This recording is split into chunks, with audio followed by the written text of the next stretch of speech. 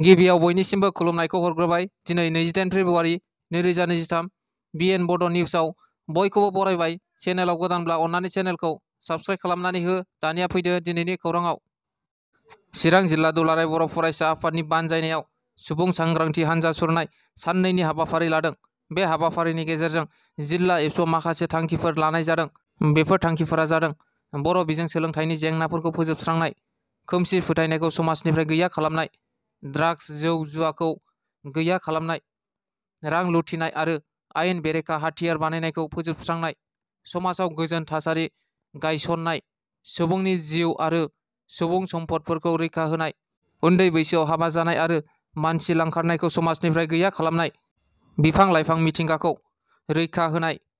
बेफोर जेंनाफोरखौ फोजोबस्रांनायनि थांखियै मैया चिरां जिल्ला एबसुनि बानजायनायाव 10थि दुवार दख'रा एबसुनि सिङाव आथिंजों साननै हानजा सुरनाय हाबाफारि लायो आरो बे हानजा सुरनायाव चिरां जिल्लानि गासै 400निबो बारा एबसुनि मावथिफोरा बाहागो लायो। मख'नो गोनांदि बे हाबाफारियाव नुजाथिनानै बे हानजा सुरनाय हाबाफारिखौ बेखेवना होयो दुलाराय बर' फरायसा आफादनि गाहाय नेहाथारि कनिन्द्र बसुमतारिया। थांनाय मैया 27 फेब्रुवारिनिफ्राय बड'लेण्ड मुलुगसोलोंसालियाव सानब्रैनि हाबाफारिजों जागायबाय। Bodoland international knowledge festival Bodoland मुलुगसोलोंसालिनि बानजायनायाव आरो BTC सरकारनि मददजों मैयानिफ्राय जागायबाय। बड'लेण्ड इन्टारनेशनेल नलेज फेस्टिभेला फुंबिलि समाव BTCनि गाहाय खुंगिरि प्रमद बर' आरो गोबां मावफुं सोद्रोमा बिथांमोना गोजोननि थाखाय फारौ जरा बिर होनाय हाबाफारिखौ जागायो। मैयानि बे जागायनाय समावनो ओनसोलनि, रायजोनि, हादरनि आरो मुलुगनि गोबां गेदेमा मेलेमजिबि, सोलोंथाइगिरि, दैदेनगिरि बिथांमोना बाहागो लाफैयो। गोनो गोथो जानाय गोथै सहखौ जावखांफिननाय जाबाय। मोखां आरो गाननाय खसाबखौ नुनानै डिम्बेश्वर मुसाहारिनि नखरा सिनायो होनना बुंदों। गोनो गोथो जानाय गोथै सहखौ जोबथारनायाव जावखांनानै दिहुननाय जाबाय।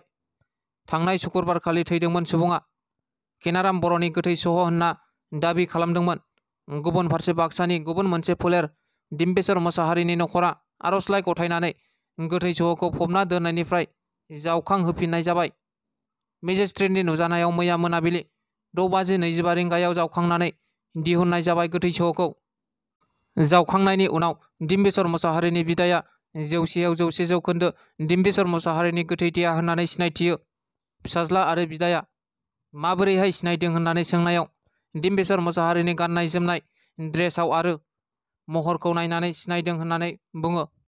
बे जाथायनि सायाव गिबि मन्थ्रिया CIDनि गेजेरजों नायबिजिरनो बिथोन होबाय होननानै मिथिनो मोननाय जादों। दिनैनि खौराङा बेखिनियानो। गोजोन्थों।